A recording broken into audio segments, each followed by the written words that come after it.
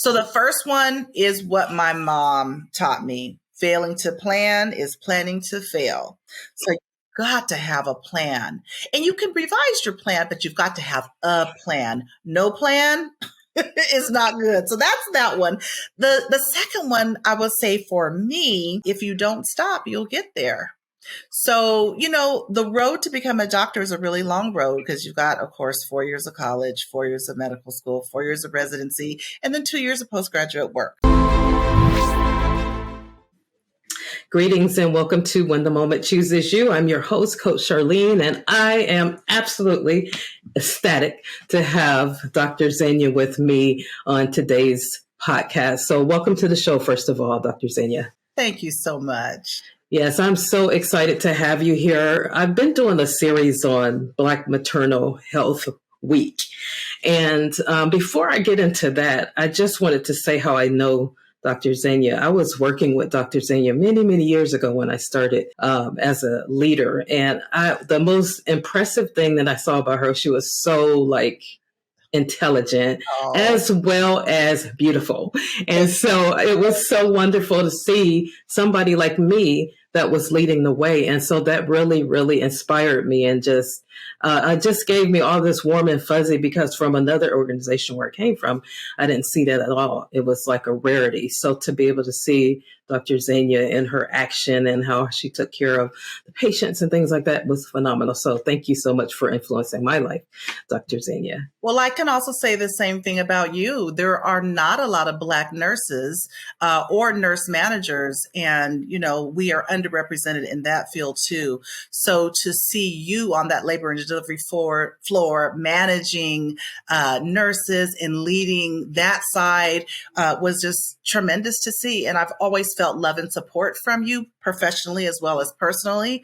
So, it's a lonely world out there. And when you're an only, and at the time I was the only Black doctor in the department, yes, it's nice to have that support from other Black women, whether it's from far away or close up. So it was always a pleasure working with you, and you always represent it very well. So thank you.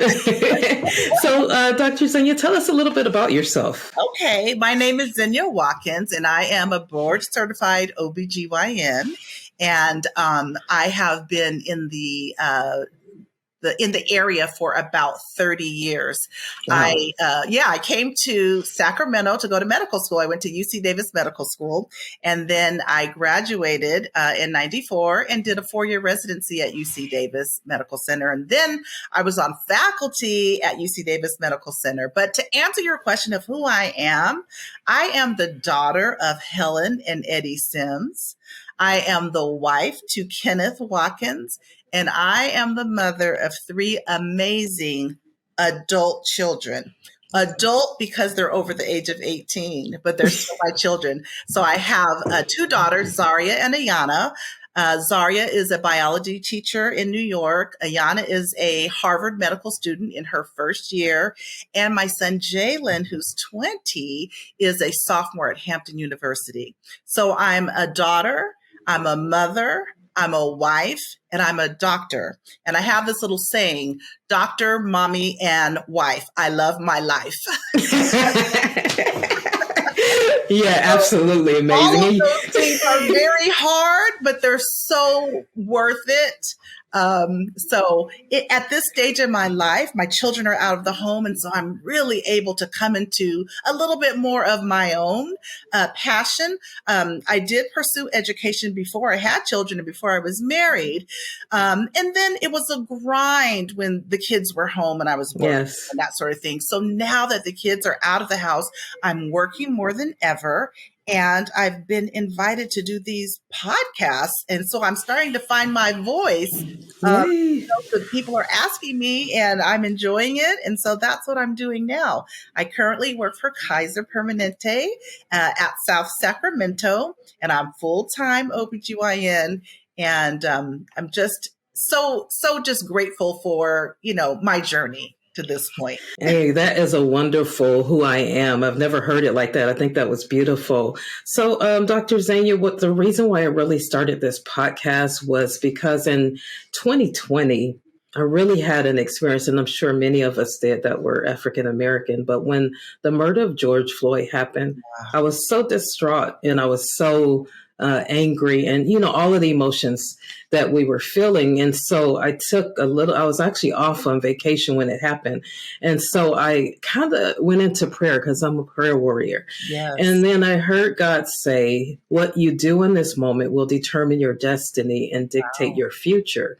And so I had to move from the anger and the anguish to action. And so I began to find my voice, Dr. Zenja. I found it. And then I began disrupting and saying whatever needed to be said, not being afraid to have those conversations. So that's really what this show is about. So that's why I like to interview people like you, because you're a change agent, you're a trailblazer. And I mean, especially like in my eyes as a young person trying to come up through the ranks, to see what you were doing was so impressive. And I think you impact people in so many ways that a lot of times you don't even really recognize it. So tell me a little bit about your journey, your passion. Like, why did you go into OB-GYN? Okay. Well, I first wanted to be a doctor around the age of 7. And I just had in my mind that I wanted to deliver babies. And then when I got into 4th grade, our teacher had a art project, and I got this picture of a man delivering a baby. It was a Pampers commercial, and he was in his OR uniform holding up a baby. And so I cut his face out and put my face in there. And my teacher said, you'd be a great doctor. And so that's kind of where I started. I always wanted to be in that cusp of taking care of women, delivering babies, bringing life into the world. And so as I pursued my education, I just kept putting one foot in front of the other. I didn't have anybody in my family who was a doctor. I didn't know from the inside what it really meant. I just knew that I wanted to help.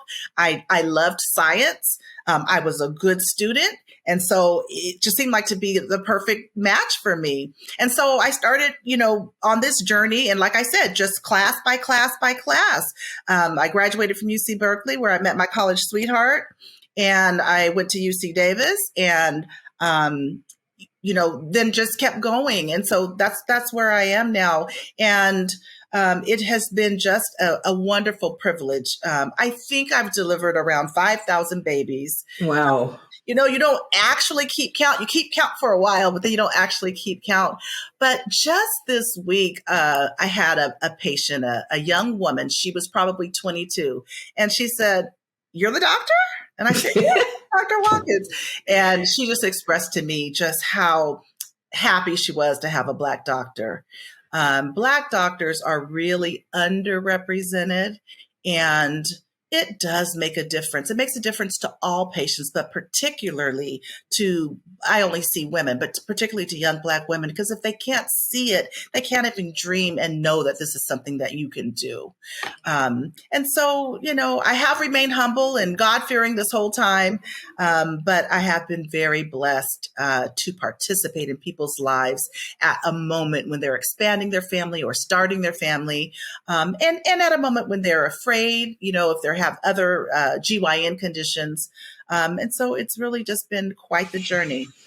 Yeah, that's pretty amazing. I'm wondering, I heard you say that you were kind of the only. So I kind of want to unpack that a little bit. Yeah. So through your journey, especially you've been in medicine for over 30 years. So you were the only. So tell me about some of the challenges that you had. When I got hired at Kaiser, there were no Black doctors in OB-GYN. So I was the only for about 10, 12 years. I'm very happy to say that now we have several other Black women doctors. So, it's always hard to really determine why you're being challenged in certain situations. But I will say throughout my career, I have felt challenged by other physicians and by nurses. Doctors give orders. That's what we do. And I have been questioned when I'm like, that's interesting that you would question that, because my training is the same. We train, a lot of us trained at UC Davis is the same training. So why are you questioning this? Why are you, not wanting to follow the plan, that sort of thing. But I was always, very assertive in my presentation This is what needs to be done for the patient, and it needs to be done now. And I made sure that I said things in a kind way, but it does stick out when you're the only. And, I think now with social media and with more acknowledgement of police brutality and maternal mortality, it's an interesting time because it's not that these things are new, because they are not new. Right. It's coming to the forefront, and it's a good thing because you can't change what you don't acknowledge. So I'm very pleased that my employer, as well as society in general, are willing to have these conversations and to see what can we do to be better, because clearly, there's still a gap in outcomes. There's a disparity in outcomes, and that's what we need to address at this point. Yeah, speaking of the disparities and the disequities, inequities, what would you say, just from a personal? Let me go personal first. A personal perspective. Can you share with us any stories that you have encountered as a person, as a woman of color? It could be professionally or personally. Yeah. Well, I said earlier that I have 3 children. And, because I am an OB-GYN, I did handpick my OB-GYN. And because my OB-GYN was so smart and intelligent and knew me, I didn't have any issues at all. And I delivered all my children at the hospital where I worked. So I knew the nurses, I knew the doctors. So I did not experience, that fear and isolation that a lot of my patients have experienced. And I think I'm very fortunate because with me being in the field, I have that inside connection. Patients want their doctor to know them. My doctor knew me, so Yes. I didn't have that. But it is pretty scary when you think about someone like Serena Williams, someone like Beyonce, with all their, the best of the best. They have the best of the best. For them to have poor outcomes and almost die. And, I can't think of something specific, but the numbers don't lie, and the numbers are there. I will say that I have plenty of examples of patients telling me they don't feel heard by the prior physician, that the nurse ignored them, didn't listen to them, didn't believe them. They felt judged. I've had several patients that have told me, I didn't like my experience. It was very traumatic. And so, when you're hearing these things over and over again, coupled with the scientific data, you know that it's real. And I think what's hard is that with medical racism, it's implicit bias. I don't believe that any doctor wakes up and says, oh, today I'm going to not treat Black women's pain. It's implicit. And one of the good things that we're doing is giving doctors training, giving nurses training on implicit bias, and having people think, what can I do specifically in my role as a caregiver? What can I do to eliminate this problem in the patients I take care of? So it is out there. People feel it when we as professionals judge people like, oh, she's having 6 kids. Feel that way if they weren't Black. So once we call those things out and call them into question, I think outcomes can begin to improve, but it starts just one by one. So yeah, I can think of a story. Okay, so this is at a previous employment. There was a situation where a young Black woman was in labor and she didn't have any daycare for her toddler son. And so her and her partner kind of got into a little bit of a argument, and the dad decided he was going to take the toddler and step out because he was having a moment and needed a break, and which is the right thing to do when you're upset. You need to step back and take a break. Well, couldn't leave the toddler with the mom because she was in labor. So he's taking his toddler and, kind of storming off. And the nurse, who was not African American, starts yelling, "You can't take that baby." And, his reaction was, "It's my baby." Yeah. So, I think that approach, it's like policing Black lives. Where Yeah. do you think you're going? Where are your papers with that baby? Whereas if that had been a Caucasian dad taking his baby, you have to wonder, would there have been that type of altercation or that type of interaction? Anyway, ended up calling security, escalated and all that. And it all turns out that it was his own baby. And instead of approaching with humility, "Hey, Yes. can I help you? What can I do to ease the situation?" Immediately escalating into, "What do you think you're doing?" Yeah. I witnessed that. And I've been called to rooms before, like, "Can you speak to the family in room 6? They are out of control." And when I go in there, they're a Black family. They're not out of control. They have some questions. I think when we as Black people have questions, people who are in authority, and that includes nurses or doctors, can sometimes feel like, "Why are you questioning me?" You get questioned by patients all the time, but because this person is Black, it feels like you're not on my level to be questioning me. And so we have to ask ourselves as medical professionals, would I be treating this woman that way if she were white, if she were anything other than, what's here? Yeah, that's so true. I remember when I had my, it wasn't, I delivered in the Bay Area in a different organization. And I remember this was my second child, my daughter. And, I already know because I'm a nurse and I know, okay, I want my epidural at this time, the whole thing. Yes. And so I had this person and I'm telling you, I was in so much agony that I kept asking. I was like begging for pain medication and it didn't come. So it's getting worse. And then my husband, he looked at me, he's like, "Oh my gosh, her head's turning around." So we got to get some help. And so I asked her to come in. She had a student with her and she said, "Oh yeah, I'll be right back." I mean, literally about another hour and a half. Yeah. She came back and of course I got the epidural. I delivered probably about 20 minutes later, but it just totally like tainted my whole view because I felt like I was advocating for myself as much as I could. And then my husband started getting upset because he saw me upset. Mm-hmm. And so all of that could have been avoided with just a simple conversation. And so I really love what you said because I don't think people communicate, like just to find out what's going on. Like there was a reason that there was an argument and things like that. Right. So why did we have to jump to conclusions? So you're so right. And I've seen so many scenarios like that. So when we talk about, go ahead. There's the myth of the strong Black woman.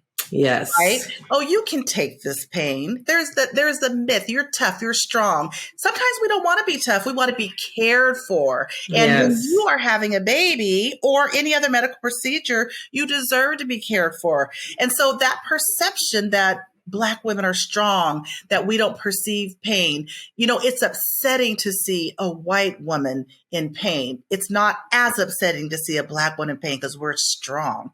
And this is borne out in studies. There was a study in 2016 that showed that medical students thought that Black people experience pain to a lesser degree than white patients. This is not 50 years ago. This is a few years ago. Right. So there's that, the myth of the strong Black woman.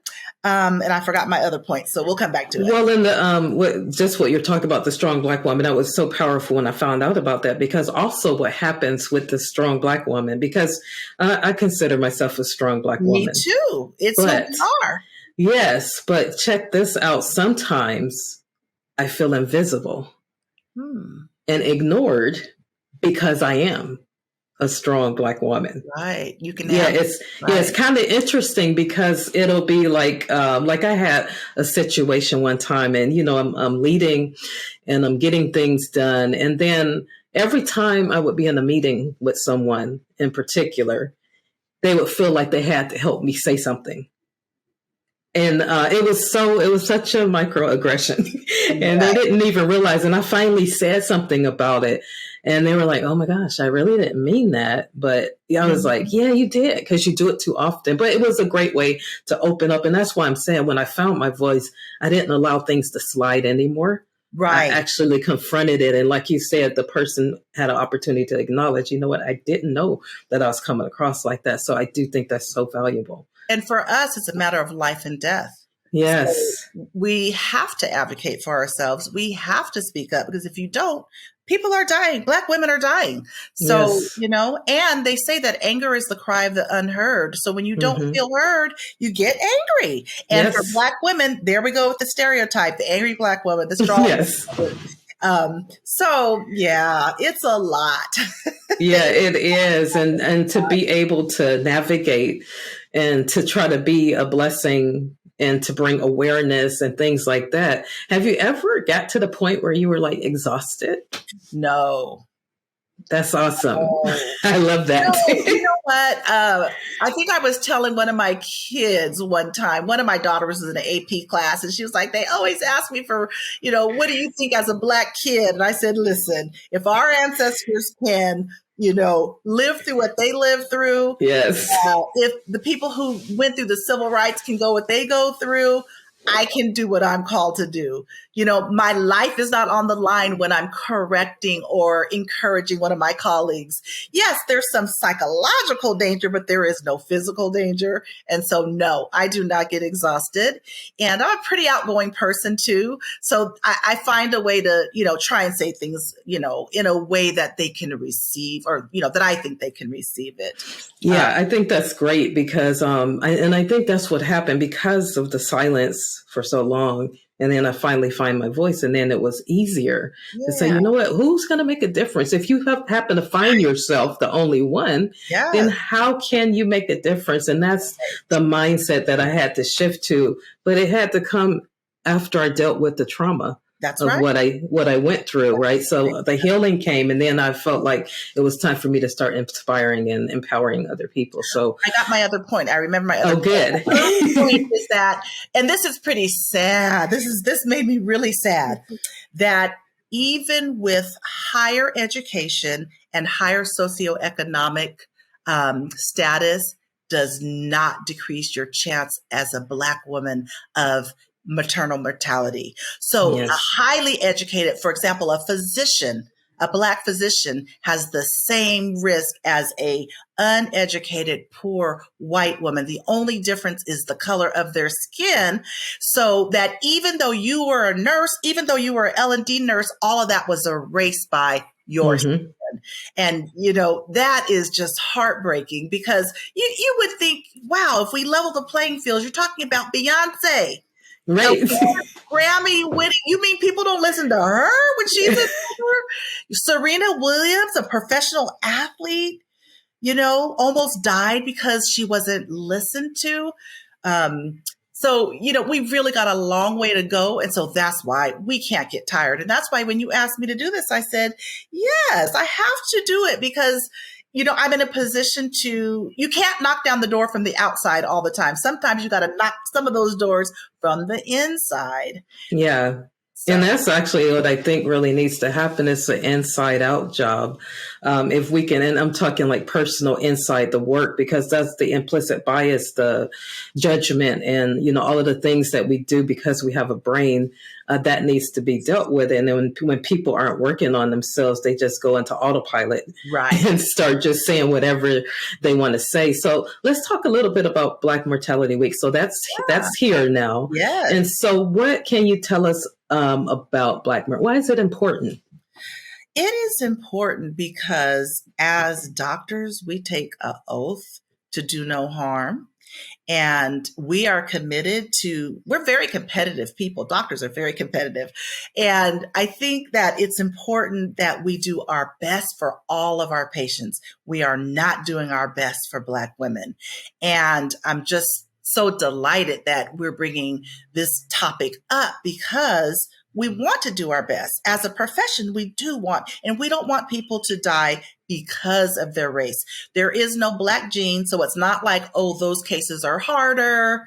There's more. We're talking about preventable deaths. We're not talking about unpreventable deaths. Preventable, things like hemorrhage, she's bleeding and you're not responding the way that you would if the person was not a Black woman. And it's something inside that you may not even be aware of. You're not trying as hard. One really interesting study that is very heartbreaking. It's a study with Black newborns. And they found that Black newborns in the hands of a Black pediatrician have much better outcomes than in the hands of a white pediatrician in the NICU. And the reverse is not true. So white babies do just as well with the Black doctor as they do with a white doctor. So doctors, we're going to say we all have the same training. So what is the difference? Why can a Black pediatrician or an NICU doctor have a better outcome with an infant who is compliant because you're giving them the medications? Right. They don't have any, there's no variable with an infant. They do what is done in the hospital. Yes. Variable is who takes care of the patient. So I think with that information, it's okay to be happy that your doctor is Black. That's a celebration. Yeah. And I know some of my colleagues have been like, well, why was she nice to you? Why did she ask for you? Because there's a comfort there.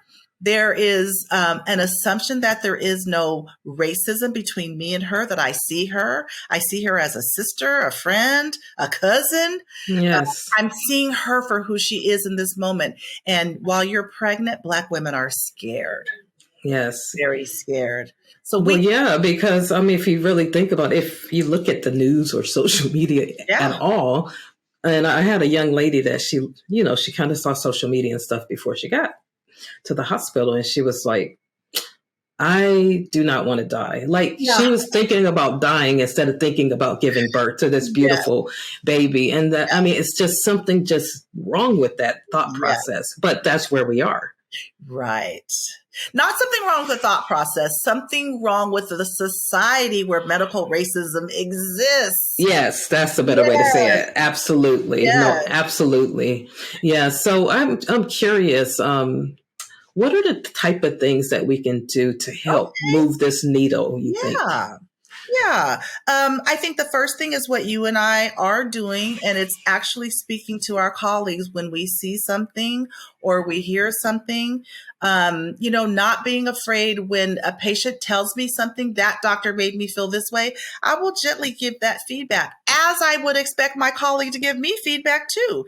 You know what? I saw this patient and she felt this way or that way. So that's one, to point out these things amongst our colleagues. Don't be afraid to do that. Number two would be implicit bias training. Now, trainings are several hours. It's not going to erase the hundreds of years of structural racism. Right.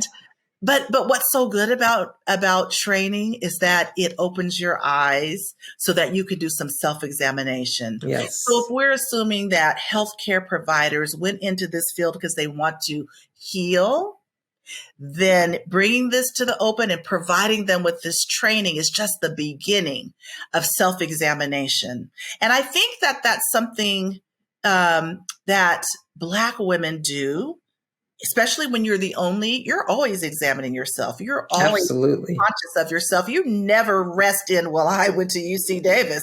I don't ever rest in that. No. Always. And so that's not a bad thing when doctors and nurses are dealing with a Black patient to say, ding, ding, ding. Okay, I've got a Black patient here. Let me be more vigilant, because I know that there are deficiencies in our system. So if this woman is complaining about feeling weak or tired, let me go ahead and order that CBC. Let me do the blood work. Just reassuring her is not going to be enough, because the patient wants to know that you care, and that take that time to say, we've checked your CBC, we've checked your iron level. Give that explanation, give that TLC that's needed so that the patient knows that you care. Reassurance is the same as saying, I don't care. That, becoming anti-racist, the status quo is no longer okay. You can't say, I don't see color. We all know that we do. So become anti-racist. Just put some time and thought and read some books about being anti-racist and being an ally.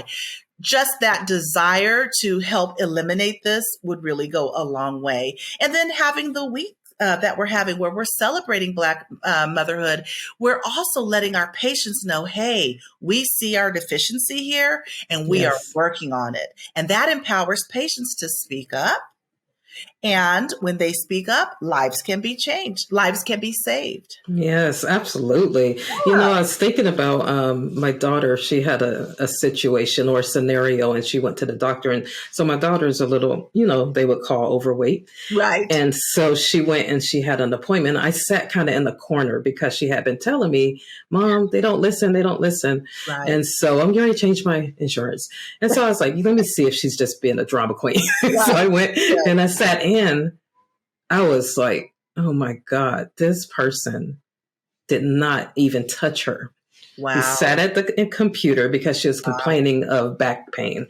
Wow. He sat at the computer. I mean, it was like literally no physical exam, anything. And he just was shooting questions at her, and she's answering the question. And she's like, yeah.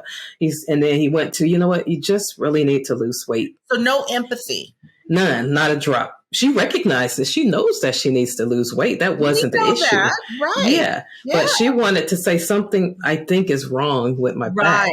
And she did that. So she wasn't heard. So for her as a young person, she's like, what was the point of going to the doctor? So and she can have something really wrong. Absolutely. But because of the lack of trust and the breach of that trust, now it's a little bit challenging to get her to even to go do a physical. You know what I mean? Black people have good reason to not trust. Yes. And I think that, back to the Tuskegee studies, that just ended, I think, in 1970. It's not a long time ago where, and now these other things that have come out, we have reason to mistrust. And so I think as a doctor or nurse, you've got to go the extra mile to gain trust. Yes, absolutely. Yeah. Yeah. So what are some other things that we should celebrate? Wow. Especially this week in particular. Like, do you know any specific things that are going on in the community at all? I don't. I just know at work we're having the Black Infant Health Week. Oh, one thing that we're doing is that we're having a Black Wellness Committee. Black Wellness Clinic.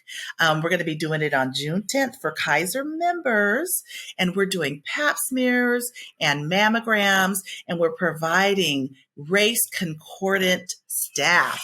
Wow. And because we want Black women who, shy away from going to the doctor because they don't feel heard, to know that we're doing something special to deliver you the care that you deserve. So we're doing that. That is amazing. That with 3 other doctors, and we have MAs, and it's going to be a great day. So any of your viewers that have Kaiser Insurance, come and see me. Yes, that is an amazing opportunity. Yeah. Can you just explain a little bit what race concordant care is for those that may not necessarily know? Yes. So race concordant care is when you are the same identified race as your patient. So a patient who identifies as Black, having a Black doctor or a Black nurse or a Black MA increases the trust. That's not to say that you can't trust any doctor or nurse or MA of any other color. It's just increased trust with your own. And the reason why we want to do this is because outcomes for cervical cancer are not good. Significantly later times for detection, poor outcomes with treatment, higher death rate. And I wanted to kind of go back to another reason why we have good reason not to trust the medical community. And that is because in my field of gynecology, the father of gynecology, his name was Marion Sims, and he was a very famous doctor. There are statues of him. He invented the speculum, and my maiden name is Sims. So when I learned this in medical school, I was, Yes. Well, only to come to find out that he did horrendous surgeries on Black women without anesthesia, including hysterectomies, all kinds of things. And that's how he got his knowledge. And then when he went to Europe, he used anesthesia on white women. So again, strong Black woman doesn't need her pain addressed. Right. That's still happening today. So I think that if our colleagues can realize there is good reason for us to have mistrust and go that extra mile to gain that trust, outcomes will be improved. And that's what we all want.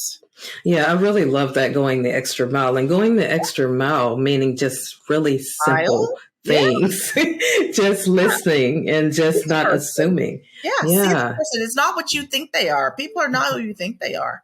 Yeah, Yeah. And then absolutely. having that respect that you would expect, right? Yeah. So you have been a dreamer your whole life because you said it started off when you were 8, did you say? Yes. Yes. So, okay, I love talking about dreams too. So that'll be my last question. I'm just wondering if there's anybody out there that would love to pursue their dream. Can you give them maybe Zenya's top 3 pearls of wisdom? Ooh, okay. So the first one is what my mom taught me. Failing to plan is planning to fail. So you've got to have a plan. And you can revise your plan, but you've got to have a plan. No plan is not good. So that's that one. The second one I will say for me is if you don't stop, you'll get there. So, the road to become a doctor is a really long road because you've got, of course, 4 years of college, 4 years of medical school, 4 years of residency, and then 2 years of postgraduate work. If you don't stop, you'll get there. If you do stop, those years will still go by, but you won't be at your goal. You'll still be, I remember when I was like 22, I was like, oh, I'm not going to be done till I'm 34. Well, I was going to turn 34 anyway. So I can either be doing what I want to do or just be 34. You're not going to get younger next year, so just go ahead and go for it. That's actually really powerful what you just said, because you're going to change to that age anyway, so why not do it effectively? Right. Just step by step, one foot in front of the other. And if you don't quit, you will get there. You will get there. And I do believe with these issues, as far as we have to go, sometimes it is depressing when you look back and, it's like we're talking about the same things they were talking about in 1968. Yes. But if we keep moving towards the goal of equity and healthy outcomes for everybody, we will get there. Yeah, I agree. Can't stop.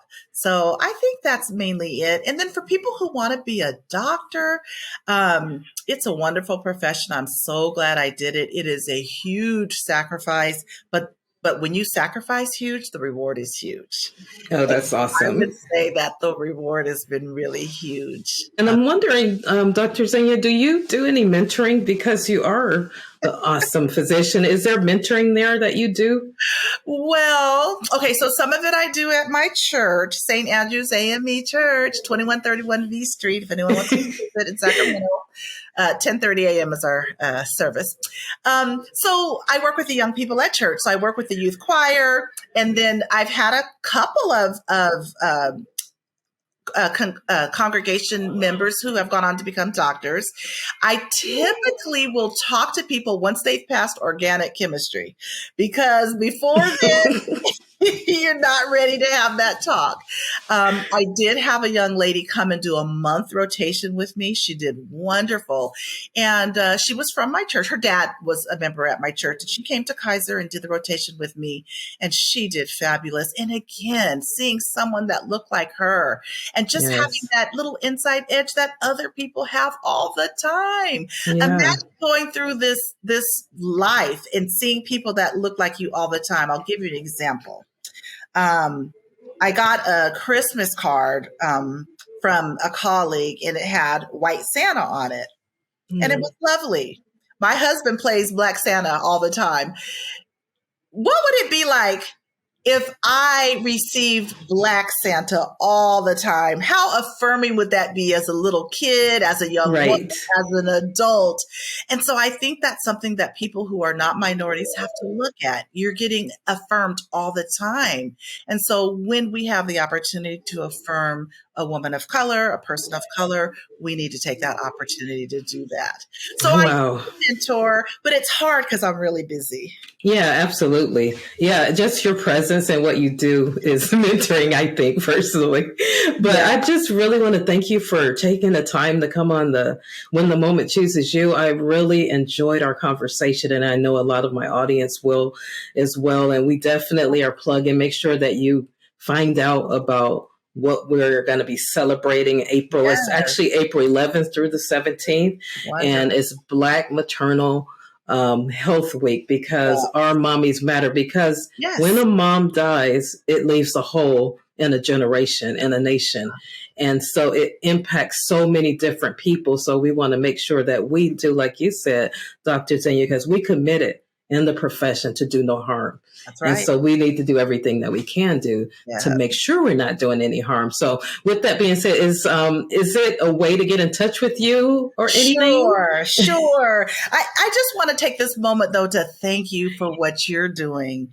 You know, I know you are called to do this as well. It's you have to be brave to be, you know, a public speaker and to put yourself out there. And so anything that I can do in the future going forward, I would love to. So yes, the way to get in touch with me, the best way is by email. And my email is Zenja, Zenja .watkins@hotmail.com. Don't laugh at my address. I have never changed it. Zenja.watkins@hotmail.com. And I will absolutely respond. And if I don't have the answer, I will help get you the answer and help connect you to the right person. But, you know, I'm just so full right now from doing this. And yes, I do want to share. And, you know, if I can help someone along the way, I want to be that help.